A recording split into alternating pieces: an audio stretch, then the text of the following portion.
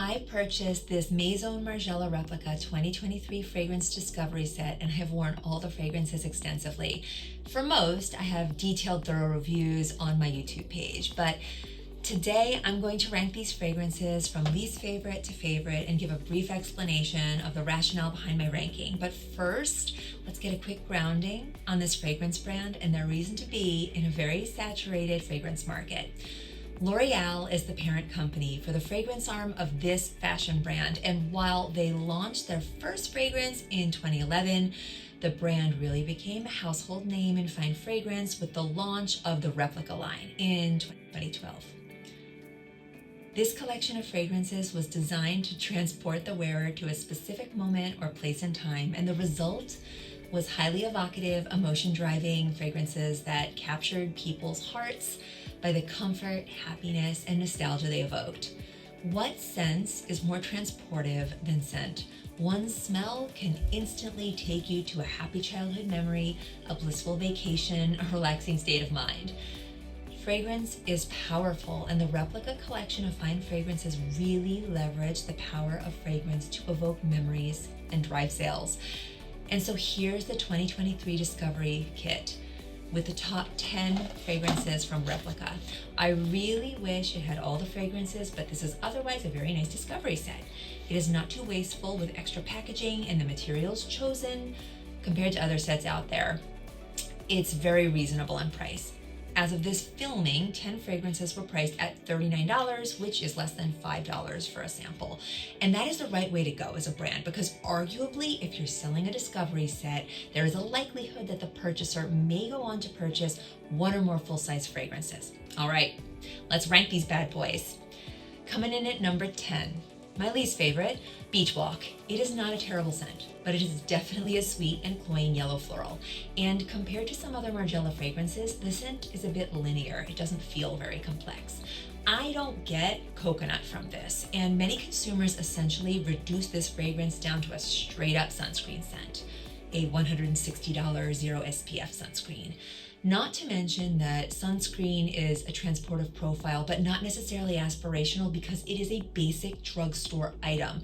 The beachy fragrance genre has really exploded in recent years, but there are many more interesting and innovative versions of it out there. And out of fairness, I will mention that Beach Walk launched in 2012, a long time ago, so it's not surprising that the fragrance could have felt groundbreaking back then and outdated today. Next up, number 9, Sailing Day. On initial, it smells like hairspray and then becomes aquatic with a heavy dose of sea salt and seaweed to me. It feels metallic and has a little hint of BO in there. It is not the worst thing I have ever smelled, but I don't really want to smell like that. I think the fragrance house went for the concept very faithfully, but maybe could have taken a bit more liberty in delivering an interpretation versus a photorealistic picture of a saltwater beach day. So wow, I've gotten rid of both beachy ocean scents. Number 8, Lazy Sunday Morning. Please don't come for me in the comments. I know this is an iconic Replica fragrance, but for me, it's a classic floral fragrance with a burst of laundry, which means aldehydes. And that pitched, sharp element while conveying freshness can be headache-inducing. I also get a hint of something that smells like BO in the initial spray. And this is another fragrance that launched a while back, so maybe it was incredibly trendy when it launched, but perfumery trends maybe evolved and moved on. It is a killer concept though. Number 7, Bubble Bath. I like to refer to this as Lazy Sunday Morning's little sister. The two fragrances are really very similar, both predominantly floral with a different approach to freshness. Lazy Sunday Mornings is with clean linens and aldehydes, while Bubble Bath brings in a soapy, bubbly freshness accented with coconut. I do not get a ton of coconut in this fragrance, but it is just enough to differentiate it from Lazy Sunday Morning. It's not creamy by gourmand standards, but it creates a foundation that allows the florals to pop in wear. Honestly, it is hard to choose between Lazy Sunday Morning and Bubble Bath separately because they are very similar, but this was my rank. Number 6, Springtime in a Park. I actually quite like this fragrance. It's a cheery, uplifting, fruity floral that's watery, juicy, and fresh. But for me, it's not super unique and special that I would find myself wanting to purchase a full bottle. The pear opening in this fragrance is really beautifully done. It's soft and well blended, but definitely there. The notes in this fragrance take many people to a hair care body wash place. And that doesn't mean it's not a good fragrance, but more that it's not a fragrance that justifies a niche or exclusive price tag. Number 5, Autumn Vibes. This fragrance took a minute to grow on me because with a name like Autumn Vibes, there are a lot of expectations for what this fragrance could smell like or should smell like. For so many people, autumn fragrance and flavor is all about celebrating the icon of the season, pumpkin. So we expect some spice, a little fruitiness, and gourmand to accent the idea of pumpkin. But with Autumn Vibes, we get leaves, damp, fallen leaves, incense, oak moss, woods, and not a lot of sweetness. And that is kind of surprising because other woody fragrances from Replica are not shy or polite. The marshmallows, vanilla, rum, or tobacco notes that soften the masculine projection of a woody fragrance. But this one is really not driven by sweetness. A good fragrance, but not my favorite woody fragrance from Replica. Number 4, Coffee Break.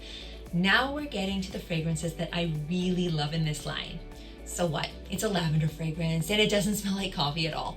But the lavender note is clean, soft, and sweet, blended with vanilla, tonka, patchouli, and woods. It's a lovely aromatic fragrance that feels calming and relaxing. I like it because it feels unique and special, and it would be an easy reach for me in fall and winter months. What a modern and cool take on lavender. Full bottle worthy for me. Number 3, Under the Lemon Trees. So this is my favorite freshie from Replica. It's bright, sparkling, happy, refreshing. It has a real point of view and delivers on its concept. The lemon notes are fresh, green, and photorealistic. The rind may make it seem a bit harsh and functional for some, but other people, including myself, feel like this is a fresh citrus scent that actually smells expensive, soft, and blended. The green tea notes are also lovely in this fragrance. It's one of the only scents in the Replica collection that doesn't have anything I would want to change. It's a great daytime or warm weather fragrance, and it is truly transportive. Makes me feel like I'm on vacation in the Mediterranean. Number 2, By the Fireplace. This fragrance can be a bit much when initially sprayed. The smoky notes are huge, completely enveloping, and smell like campfire ash. In fact, if you overspray this fragrance, it's an instant headache because the smoke notes project a lot. Why did they need to add that much smoke in this fragrance? Wouldn't a hint be enough? In any case, if you wait about a half an hour, the smoke dissipates to reveal a delightfully woody gourmand that smells like toasting marshmallows on a crackling fire with really luxurious wood. The scent is emotion rich and nostalgic for many because it brings back happy memories of summer campfires with friends or staying inside out of the wintry cold around Christmas time.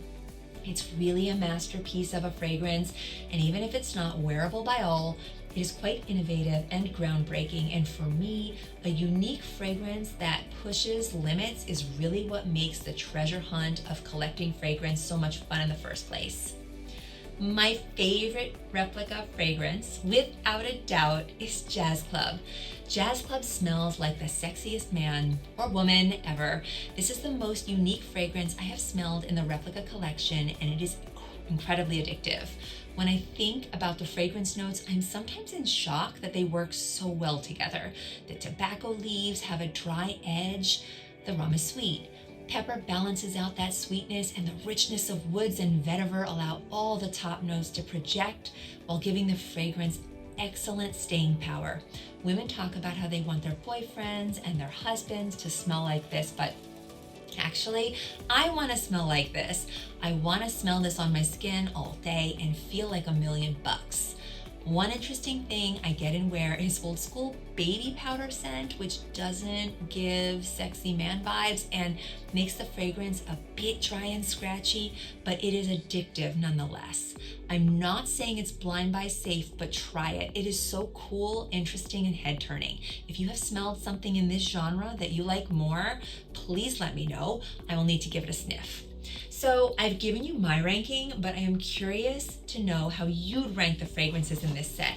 Let me know if you agree, disagree, and either way, drop me a comment. Please like, subscribe, and hit the little bell so you find out as soon as I release more fragrance reviews. Thanks for watching.